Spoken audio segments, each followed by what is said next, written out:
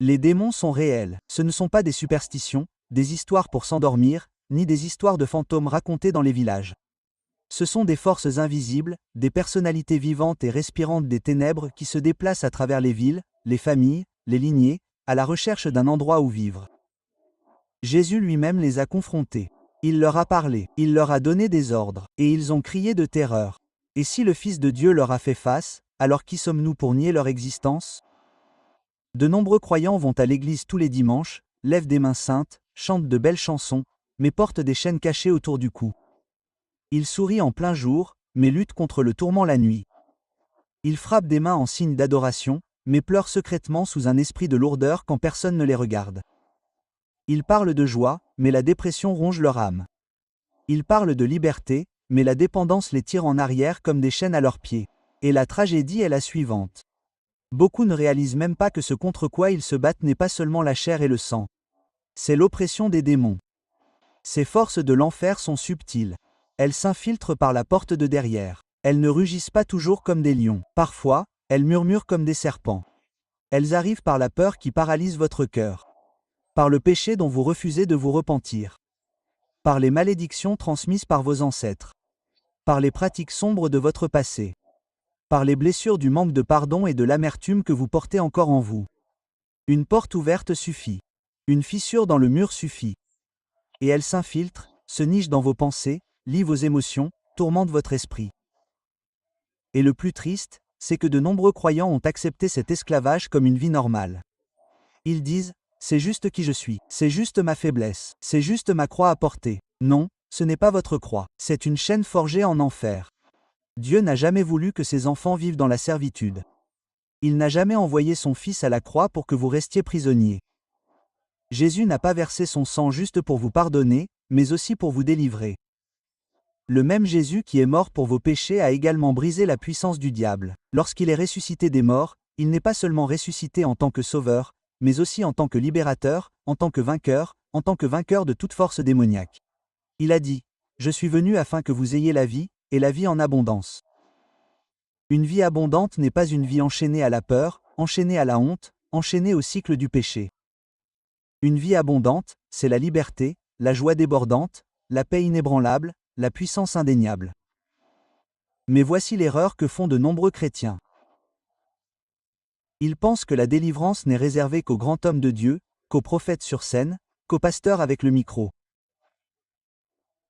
Ils pensent que chasser les démons est un rituel sacré réservé à quelques personnes spéciales. Mais Jésus n'a pas dit qu'au nom du pasteur il chasserait les démons. Il n'a pas dit qu'au nom du prophète il chasserait les démons. Il a dit qu'en mon nom il chasserait les démons. Cela signifie vous, enfants de Dieu. Si vous avez été rachetés par le sang, si vous êtes remplis de l'Esprit, si vous appartenez à Jésus, alors il vous a été ordonné de chasser les démons. Ce n'est pas un ministère pour quelques-uns. C'est l'héritage de chaque croyant. Chasser les démons n'est pas une option.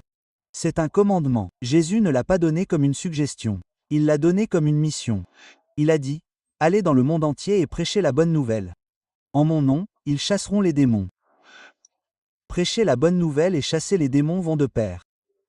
Vous ne pouvez pas proclamer la lumière et tolérer les ténèbres. Vous ne pouvez pas déclarer la liberté et coexister avec la servitude. L'évangile de Jésus-Christ est un évangile de puissance, pas de théorie. C'est un évangile qui affronte les démons de front. Et cette puissance a été placée dans votre bouche, dans vos mains, dans votre esprit. Lorsque vous prononcez le nom de Jésus, vous ne prononcez pas de syllabes vides. Vous brandissez l'épée du ciel, l'arme même devant laquelle tout démon doit s'incliner. Beaucoup attendent que quelqu'un leur impose les mains, qu'on prie pour eux, qu'on les délivre. Mais que se passerait-il si je vous disais que la puissance est déjà en vous? Que se passerait-il si je vous disais que les chaînes qui enserrent votre vie sont déjà brisées en Christ et que tout ce dont vous avez besoin, c'est de vous lever et de les faire respecter? Vous n'avez pas besoin d'attendre qu'un homme de Dieu vienne d'une autre nation pour vous libérer. Vous n'avez pas besoin de courir après prophète après prophète. Vous n'avez pas besoin de rester lié un jour de plus. Dans votre salon, dans votre chambre, dans votre voiture, vous pouvez élever le nom de Jésus et chasser tous les démons qui tourmentent votre vie. Car la Bible dit, « Résistez au diable et il fuira loin de vous. » Pas peut-être, pas parfois, pas s'il en a envie. Il fuira. C'est là que l'Église doit se réveiller. C'est là que les croyants doivent se libérer de l'ignorance. Les démons sont réels. L'oppression est réelle. Mais l'autorité du croyant est plus grande. L'enfer craint le croyant qui connaît sa position en Christ. Les ténèbres tremblent lorsqu'un enfant de Dieu découvre sa puissance dans le sang. Le diable n'a pas peur d'un chrétien qui chante des chansons mais vit dans le compromis. Il craint le chrétien qui comprend son autorité et l'utilise. Et aujourd'hui, je vous déclare que vous comprendrez non seulement que les démons sont réels, mais vous saurez étape par étape comment les chasser, comment les affronter, comment les chasser et comment vivre libre pour toujours au nom puissant de Jésus. Les démons ne viennent pas frapper poliment à la porte de votre vie. Ils se glissent par les fissures, par les ouvertures, par les faiblesses de la chair et les blessures de l'âme. La Bible dit, ne donnez aucune place au diable. Pourtant, tant de croyants lui donnent sciemment ou inconsciemment de la place. Il n'a pas besoin d'un palais, il a seulement besoin d'un point d'appui. Il ne demande pas tout. Il demande seulement un coin et de ce coin il construit une forteresse. La peur est l'un de ses plus grands points d'entrée. La peur qui étrangle votre courage. La peur qui vous murmure que vous échouerez. La peur qui paralyse vos rêves. L'esprit de peur n'est pas seulement une émotion. C'est un esprit, une puissance démoniaque vivante qui peut tourmenter un croyant s'il n'est pas chassé. Vous pensez que ce ne sont que des nerfs, de l'anxiété, mais souvent derrière cela se cache un esprit impur qui nourrit vos pensées de mensonges. Le péché est une autre porte. Chaque péché non repenti est une porte grande ouverte par laquelle les démons entrent. La pornographie secrète, l'orgueil caché, l'ivresse, la colère que vous excusez comme étant simplement ma nature. Tout cela devient des plateformes d'atterrissage pour l'oppression démoniaque. Le diable prospère là où les ténèbres sont cachées. Tant que vous excusez le péché, les démons l'utiliseront comme encre. C'est pourquoi la confession et la repentance sont des armes puissantes. Elles déchirent les documents légaux de l'enfer. Le sang de Jésus lave le péché. Mais si le péché est couvert et non confessé, les démons l'utilisent comme preuve pour rester. Ensuite, il y a les malédictions, les chaînes invisibles qui se propagent le long des lignées familiales. Certains d'entre vous mènent des batailles que vos parents ont menées et que leurs parents ont menées avant eux. Cycle de divorce, cycle de pauvreté, cycle de dépendance, cycle de maladie. Ce ne sont pas des coïncidences. Ce sont des héritages démoniaques transmis de génération en génération jusqu'à ce que quelqu'un se lève dans la puissance du Christ pour les briser. La Bible dit, Christ nous a rachetés de la malédiction de la loi, mais la rédemption doit être imposée. Beaucoup sont sauvés, mais vivent encore sous l'ombre des chaînes ancestrales parce qu'ils ne les ont pas identifiées et affrontées. Une autre porte d'entrée est le manque de pardon. Oh, comme les démons aiment le manque de pardon. Lorsque vous gardez de l'amertume envers quelqu'un, lorsque vous ressasserez sans cesse la blessure dans votre cœur, vous alimentez les démons en carburant. Le manque de pardon, c'est comme laisser votre porte ouverte la nuit avec les lumières allumées, signalant aux démons qu'il y a un endroit où habiter. L'ennemi prospère dans l'amertume. C'est pourquoi Jésus a dit, « Pardonnez et vous serez pardonnés ». Le pardon n'est pas une faiblesse. C'est une guerre. Il ferme la porte et dépouille les démons de leur emprise. L'oppression démoniaque se manifeste de nombreuses façons. Parfois, c'est une tristesse émotionnelle profonde qui ne disparaît jamais. Un désespoir qui s'accroche comme un nuage. Une colère irrationnelle qui éclate sans prévenir. Parfois, ce sont des pensées mentales tourmentantes, des voix de condamnation, une confusion qui obscurcit votre esprit.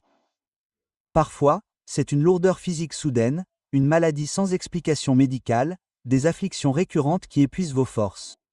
Parfois, c'est un manque de prière spirituelle, une incapacité à adorer, une distraction constante lorsque vous essayez de lire la parole. Et parfois, c'est à travers des rêves, des cauchemars, des rencontres étouffantes la nuit, des visites maléfiques qui vous laissent craintifs et épuisés. Ce ne sont pas de simples coïncidences, ce sont les empreintes digitales de l'oppression démoniaque. Les croyants doivent ouvrir les yeux. Le diable prospère là où il est ignoré. Il se cache dans les habitudes et fait semblant d'être tel que les choses sont. Il se déguise en culture, en personnalité, en circonstances. Mais la vérité est la suivante. L'oppression est réelle et tant que vous ne la reconnaissez pas, vous ne pouvez pas y résister. C'est pourquoi la première étape vers la liberté est de s'exposer. Faire la lumière sur les ténèbres. Appeler les choses par leur nom. Ne dites pas que c'est juste de la malchance et que c'est un esprit d'oppression. Ne dites pas que c'est juste une faiblesse. Dites que c'est une porte ouverte. Ce que vous refusez d'identifier, vous ne le chasserez jamais. Vous devez discerner la différence entre la faiblesse humaine et l'activité démoniaque. La chair est faible. Oui, mais lorsque l'esclavage devient un cycle, lorsque la tentation devient irrésistible, lorsque la peur devient écrasante, lorsque la colère devient incontrôlable, lorsque la tristesse devient insupportable, alors la main démoniaque est souvent à l'œuvre. Le diable cherche à se fondre dans votre humanité jusqu'à ce que vous l'acceptiez comme faisant partie de vous-même. Mais vous n'êtes pas vos chaînes. Vous n'êtes pas votre tourment. Vous n'êtes pas votre dépendance. Cette voix qui dit que vous ne pouvez pas vous échapper. Ce n'est pas votre pensée. C'est le sifflement du serpent. C'est pourquoi la connaissance est une puissance. De nombreux chrétiens périssent par manque de connaissance. Ils pensent que chaque bataille est naturelle, chaque combat est charnel, chaque fardeau est normal. Mais lorsque vous ouvrez les yeux sur la réalité de l'oppression démoniaque, vous commencez à voir clairement le champ de bataille. Le diable est exposé, l'intrus est démasqué, le voleur est pris en flagrant délit. Et une fois que vous savez ce que vous combattez, vous êtes prêt à vous tenir sous l'autorité du Christ et à le chasser. L'autorité. C'est la révélation manquante dans la vie de tant de chrétiens. Ils connaissent les démons, ils connaissent l'esclavage, mais ils ne connaissent pas leur position en Christ. Ils vivent comme des mendiants alors que Dieu les a couronnés rois et prêtres.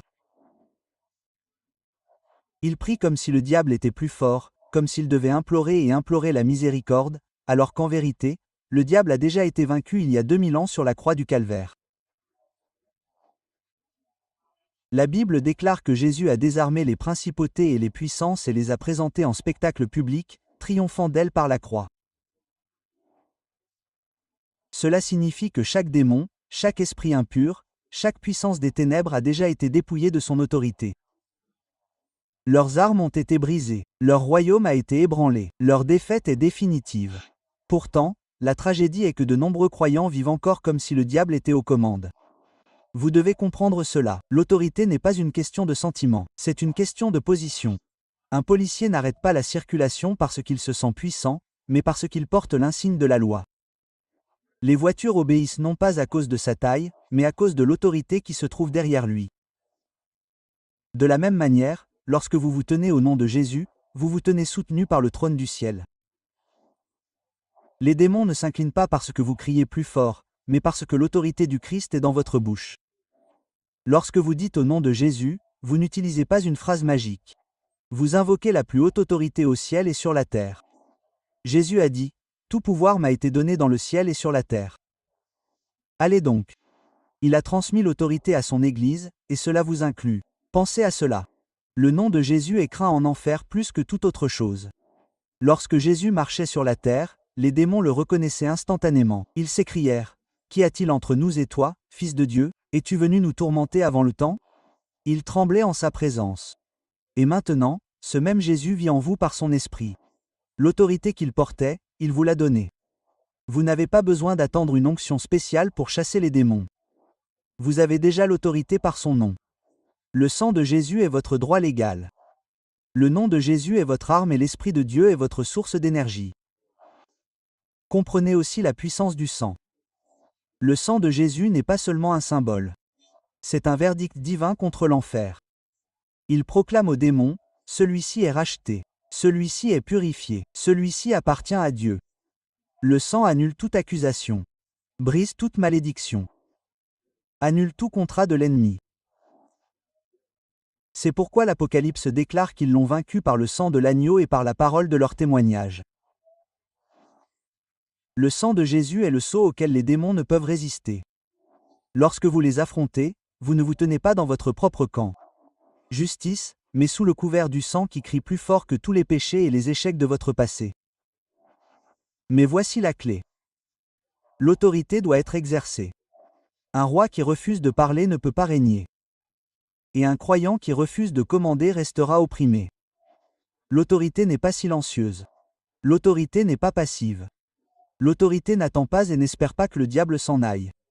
L'autorité confronte. L'autorité parle. L'autorité commande. On ne négocie pas avec les démons. On les expulse. On ne raisonne pas avec les ténèbres. On les réprimande. On ne débat pas avec la servitude. On les chasse. C'est pourquoi Jésus n'a jamais eu de conversation avec les démons, si ce n'est pour leur demander leur nom. Il leur a ordonné de partir et ils sont partis. L'autorité en Christ n'est pas pour demain. Elle est pour aujourd'hui. Elle n'est pas pour quelqu'un d'autre. Elle est pour vous. Quand la Bible dit qu'en mon nom ils chasseront les démons, elle parle de tout croyant qui porte son nom. Pas seulement le prédicateur, pas seulement l'évangéliste, mais la mère, l'étudiant, l'ouvrier, le jeune, le chrétien, vieux, tous ceux qui croient. L'autorité du Christ est universelle pour ses enfants. Si vous êtes né de nouveau, vous êtes qualifié. Si vous êtes rempli de son esprit, vous êtes habilité. Si vous avez sa parole, vous êtes équipé. N'oubliez jamais que les démons savent si vous croyez à cette vérité ou non. Ils peuvent sentir la peur. Ils peuvent ressentir le doute. C'est pourquoi vous devez vous lever dans la foi, convaincu sans l'ombre d'un doute que le Christ en vous est plus grand que tout démon extérieur à vous. La plus grande arme du diable est la tromperie. Il veut vous faire croire qu'il a encore du pouvoir, mais la croix l'a déjà dépouillé. La résurrection l'a déjà écrasé. Le nom de Jésus l'a déjà détrôné. Votre rôle est de faire respecter ce que le Christ a accompli. Vous ne combattez pas pour la victoire. Vous combattez à partir de la victoire. Vous n'essayez pas de vaincre. Vous vous tenez sur le terrain de celui qui a déjà vaincu. C'est pourquoi lorsque vous vous tenez devant un démon, vous devez parler avec autorité, et non en tremblant. Vous devez savoir que les paroles qui sortent de votre bouche portent le poids du ciel. Vous devez déclarer avec assurance au nom de Jésus-Christ, je vous commande, partir. Et que cela prenne quelques secondes ou quelques heures, ils doivent obéir. Ils n'ont pas le choix. Ils sont sous ordre. Ils ne peuvent pas résister au nom qui est au-dessus de tout nom. C'est votre autorité en Christ. Immuable, indéniable, inébranlable et éternelle. Avant d'affronter le diable, avant d'élever la voix pour commander aux démons, il y a une sainte préparation qui doit avoir lieu. La délivrance ne consiste pas seulement à crier plus fort ou à prononcer les mots justes. Il s'agit de se tenir dans la pureté et de revêtir l'armure complète de Dieu. Le diable est un légaliste. Il recherche des droits, des motifs, des ouvertures. S'il y a un péché non confessé, s'il y a un compromis caché, s'il y a de l'amertume qui s'envenime dans le cœur, il s'y accrochera comme une sangsue et refusera de partir. C'est pourquoi la préparation est essentielle. Vous ne pouvez pas marcher sur le champ de bataille avec des chaînes aux chevilles.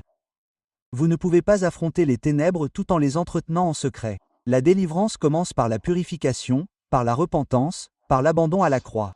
La repentance est votre première arme. Le repentir n'est pas simplement dire « je suis désolé ». C'est renoncer au péché, s'en détourner et s'aligner sur la sainteté de Dieu. Lorsque vous vous repentez, vous claquez la porte au nez du diable. Lorsque vous confessez, le sang de Jésus lave chaque tache, ne laissant aucune preuve que l'accusateur pourrait utiliser contre vous. Les démons ne peuvent pas résister au sang.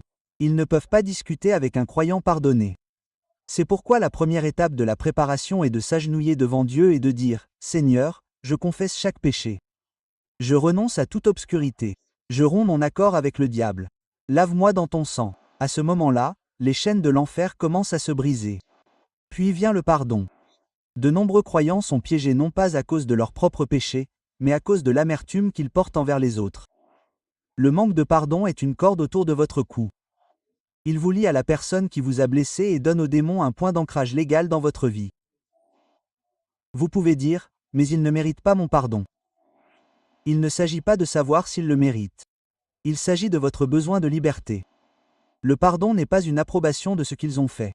Il s'agit de les libérer de votre jugement afin que vous puissiez être libérés de l'emprise du diable. Jésus a dit, si vous ne pardonnez pas, votre Père ne vous pardonnera pas non plus. Ce n'est pas une suggestion, c'est un avertissement. Les démons prospèrent là où se cache le manque de pardon. Mais lorsque vous libérez le pardon, lorsque vous dites « Je les laisse partir, je les bénis au nom de Jésus », le diable perd sa chaîne autour de votre âme.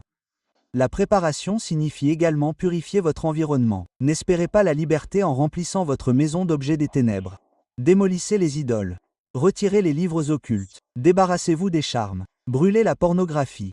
Détruisez tout objet qui vous relie au péché ou au royaume démoniaque. L'Église primitive l'a fait dans les Actes.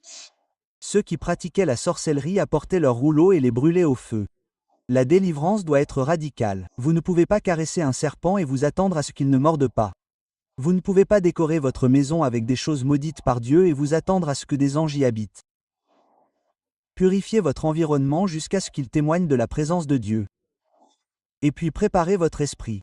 Entrez dans la prière. Fortifiez votre homme intérieur par le jeûne. Adorez jusqu'à ce que la présence de Dieu remplisse l'atmosphère. Rappelez-vous, la délivrance ne consiste pas seulement à chasser les démons. Il s'agit de faire de la place pour que le Saint-Esprit entre. Vous ne pouvez pas chasser un démon et laisser un espace vide. Ce vide attirera plus de démons, si elle n'est pas remplie. C'est pourquoi, avant même de commencer la confrontation, vous devez être rempli, saturé, débordant de l'Esprit de Dieu. Priez en langue, adorez avec le feu. Que la parole de Dieu habite richement en vous. Lorsque vous entrez dans la délivrance, vous ne devez pas entrer faible et hésitant, mais chargé du feu saint. La préparation signifie aussi la foi. Vous devez établir dans votre cœur que la parole de Dieu est vraie, que le nom de Jésus est suffisant, que le sang a déjà remporté la victoire. Le doute est un terreau fertile pour la peur, et la peur donne aux démons un levier. La Bible dit, « Le juste est aussi hardi qu'un lion ». Votre audace ne vient pas de vous-même, mais de la connaissance que Christ est en vous et qu'il ne peut être vaincu. Lorsque vous vous tenez debout pour affronter l'ennemi, vous devez le faire avec la confiance inébranlable que vous êtes déjà du côté des vainqueurs. Alors, avant que la bataille ne commence, purifiez-vous par la repentance. Libérez les autres par le pardon. Purifiez votre maison. Saturez votre esprit dans la prière, le jeûne et l'adoration, et ancrez votre cœur dans la foi. Ce ne sont pas des étapes religieuses, ce sont des armes, ce sont des armures. Ce sont le feu qui vous prépare au moment de la confrontation. Car lorsque vous vous levez pour chasser les démons, vous devez vous lever comme un vase préparé, pur, rempli et armé de l'autorité du ciel. La délivrance n'est pas une conjecture, ce n'est pas de la superstition, ce n'est pas un rituel mystique, c'est une confrontation claire, audacieuse et dirigée par l'Esprit avec les puissances des ténèbres. Jésus n'a jamais compliqué la délivrance, il n'en a jamais fait une cérémonie, il ne l'a jamais enveloppée de formules étranges. Il a parlé, il a commandé, il les a chassés. Et le même Jésus vous a donné le modèle. Les étapes sont simples, mais elles doivent être accomplies avec foi et feu. Ce n'est pas un jeu de chuchotement, ce n'est pas une table de négociation, c'est la guerre. Et c'est vous qui imposez la victoire du calvaire. La première étape consiste à identifier l'esprit. Les démons se cachent dans l'ombre. Ils préfèrent rester anonymes. Ils se cachent dans des comportements, des émotions, des habitudes, espérant que vous les accepterez comme normaux. Mais lorsque vous les mettez en lumière, lorsque vous les appelez par leur nom, ils sont exposés. Si vous êtes tourmenté par la peur, dites « esprit de peur ». Si c'est de la luxure, appelez-le « esprit de luxure ». Si c'est une addiction, déclarez « esprit d'addiction ». Ne soyez pas vague, ne combattez pas la fumée. Ciblez l'esprit avec précision. Les démons détestent être exposés, mais une fois nommés, ils tremblent. La deuxième étape consiste à les affronter au nom de Jésus, pas par votre propre pouvoir, pas par votre propre sagesse, mais par l'autorité du Fils de Dieu. Parlez directement, parlez avec assurance. Dites, au nom de Jésus-Christ, je vous ordonne. Esprit de peur, quittez-moi maintenant. Vous ne le demandez pas poliment. Vous ne suppliez pas. Vous ordonnez. L'autorité réside dans le ton, dans la certitude, dans la déclaration qu'il ne s'agit pas d'un débat. Le nom de Jésus est définitif et chaque démon le sait. La troisième étape est la persévérance. Certains démons partent immédiatement en criant. D'autres résistent, s'accrochant à leur terrain, essayant de vous intimider. Ne vous découragez pas. Ne reculez pas. Ne pensez pas un seul instant qu'ils ont le pouvoir de rester. Continuez à commander, continuez à déclarer, continuez à prononcer le nom de Jésus encore et encore jusqu'à ce qu'ils partent. La délivrance ne se résume pas à une seule tentative, il s'agit de persévérer dans la vérité. L'ennemi peut essayer de tester votre foi, mais le nom de Jésus prévaudra toujours si vous refusez de reculer. La quatrième étape consiste à expulser et à inspirer l'Esprit de Dieu. Lorsque vous ordonnez au démon de partir, expirez comme si vous le libériez, le chassant de votre vie. Puis inspirez profondément et invitez le Saint-Esprit à remplir chaque partie de vous. Dites, Saint-Esprit, je te donne cet endroit. Remplis-moi, inonde-moi, possède-moi complètement. La délivrance ne consiste pas seulement à expulser, il s'agit d'habiter. Si la maison est vidée mais pas remplie, la Bible dit que le démon reviendra avec 7 autres.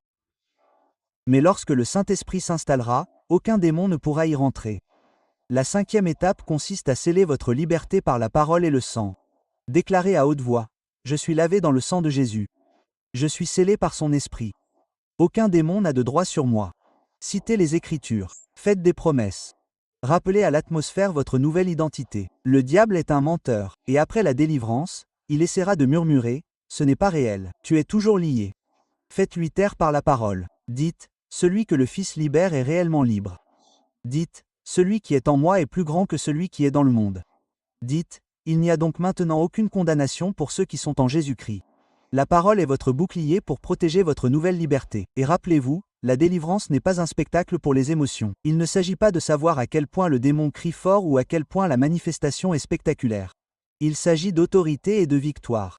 Certains démons se débattront, d'autres pleureront, d'autres résisteront en silence. Mais quelle que soit la manifestation, le résultat est le même. Ils doivent partir. Ne vous concentrez pas sur leur bruit. Concentrez-vous sur le nom de Jésus. Gardez vos yeux sur Christ, pas sur le démon. Le processus est donc clair. Identifiez l'esprit. Confrontez-le avec autorité. Persévérez jusqu'à ce qu'il parte. Invitez le Saint-Esprit à prendre sa place et à sceller votre liberté par le sang et la parole. Ces étapes ne sont pas des inventions humaines. Ce sont des armes divines données aux croyants. Elles sont la stratégie de combat du ciel pour la destruction des œuvres des ténèbres. Et chaque croyant rempli de foi et armé de cette connaissance peut se lever et chasser les démons au nom puissant de Jésus-Christ.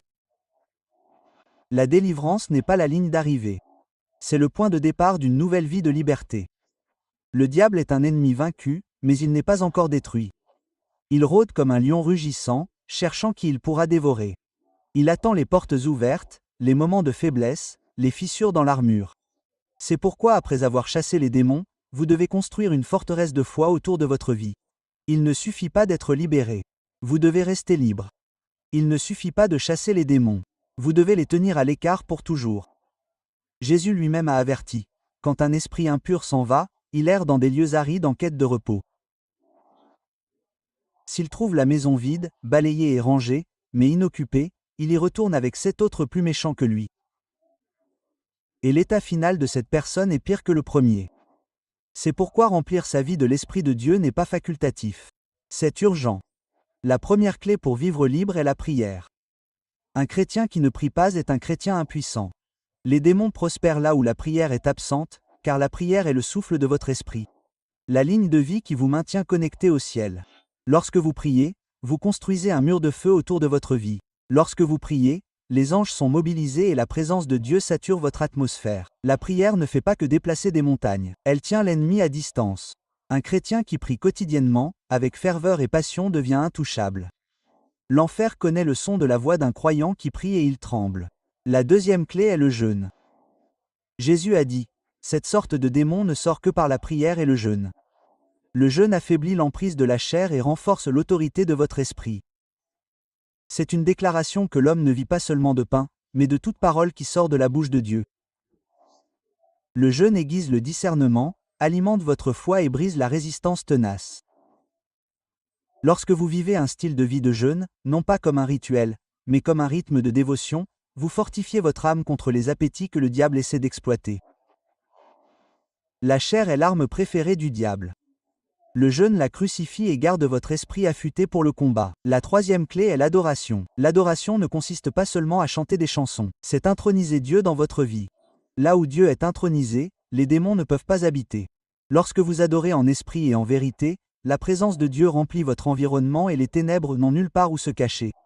Souvenez-vous de Saül dans l'Ancien Testament lorsqu'il était tourmenté par un esprit mauvais. David jouait de la harpe et adorait, mais l'esprit s'enfuyait.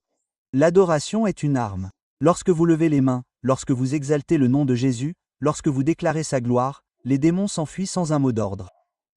Votre maison peut devenir un sanctuaire où les anges montent et descendent et où le diable n'a pas de prise. Tout cela parce que l'adoration sature l'atmosphère. La quatrième clé est la parole de Dieu. La parole n'est pas un livre religieux, c'est l'épée de l'esprit. Chaque verset est une arme, chaque promesse un bouclier, chaque commandement une lumière qui repousse les ténèbres. Lorsque Jésus fut tenté dans le désert, il ne discuta pas avec le diable. Il déclara, « Il est écrit ».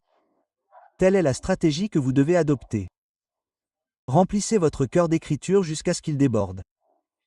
Que la parole soit sur vos lèvres jour et nuit. Lorsque le diable murmure des mensonges, répondez par la vérité. Lorsqu'il essaie de ramener la condamnation, déclarez, « Il n'y a aucune condamnation pour ceux qui sont en Jésus-Christ ». Lorsqu'il attaque votre esprit par la peur, proclamez. Ce n'est pas un esprit de timidité que Dieu m'a donné, mais un esprit de force, d'amour et de sagesse. La parole est votre pain quotidien et votre défense éternelle. La 5e clé est la vigilance. Fermez toutes les portes et gardez-les fermées. Ne retournez pas aux péchés qui vous ont ouvert la porte en premier lieu. Ne nourrissez pas d'amertume. Ne flirtez pas avec la tentation. Ne jouez pas avec les ténèbres. Les démons sont des opportunistes. Ils guettent les compromis. Ils exploitent les faiblesses cachées. C'est pourquoi vous devez marcher dans la sainteté. La sainteté n'est pas un esclavage, c'est la liberté. C'est l'armure qui vous garde intouchable. Chaque choix que vous faites est soit une brique dans la forteresse de votre liberté, soit une fissure dans le mur. Protégez vos yeux, protégez vos oreilles, protégez votre cœur. Refusez de donner un point d'appui à l'ennemi. Et enfin, vivez en communion. L'isolement est dangereux. Les brebis solitaires sont vulnérables aux loups. Restez en compagnie de croyants qui sont remplis de foi, de feu, de l'esprit. Le fer aiguise le fer et ensemble vous restez forts. Le diable veut vous séparer, vous isoler, vous coincer parce qu'il sait qu'un croyant solitaire est plus facile à attaquer. Mais lorsque vous marchez dans l'unité, dans la responsabilité, dans la communion, vous êtes protégés. L'Église primitive se consacrait à l'enseignement des apôtres, à la prière, à la fraction du pain et à la communion fraternelle. Et la puissance de Dieu était irrésistible au milieu d'eux. Ainsi, pour vivre libre et éloigner les démons, vous devez prier sans cesse, jeûner avec discipline, adorer avec feu, vous nourrir de la parole, vous garder de tout compromis et rester en communion. La liberté n'est pas un événement, c'est un style de vie. La délivrance n'est pas une victoire ponctuelle. C'est une marche quotidienne dans l'esprit où chaque pas que vous faites renforce la défaite de l'enfer et le triomphe du Christ dans votre vie. Aucun démon ne peut résister au nom de Jésus. Pas un, pas 1000, pas une légion. Lorsque le nom de Jésus est déclaré avec foi, l'enfer tremble, les chaînes se brisent et les ténèbres se dispersent. Le nom de Jésus n'est pas une expression d'église. C'est l'arme du ciel, l'épée de l'esprit, le coup de foudre de l'autorité de Dieu. Les démons le craignent plus que tout au monde, car ils savent que ce nom a scellé leur défaite éternelle. Le jour où Jésus a crié, « Tout est accompli », toutes les puissances de l'enfer se sont effondrées sous le poids de sa victoire.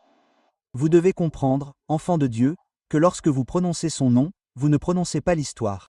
Vous libérez une puissance qui ébranle les royaumes, une puissance qui fait taire les tourments, une puissance qui brise toute emprise démoniaque. C'est le feu que l'Église doit récupérer. Trop de chrétiens prononcent le nom de Jésus comme s'il était faible, comme s'il était vide. Mais lorsque vous le prononcez avec révélation, lorsque vous le déclarez avec conviction, il a la même force que lorsque Jésus lui-même a marché sur terre.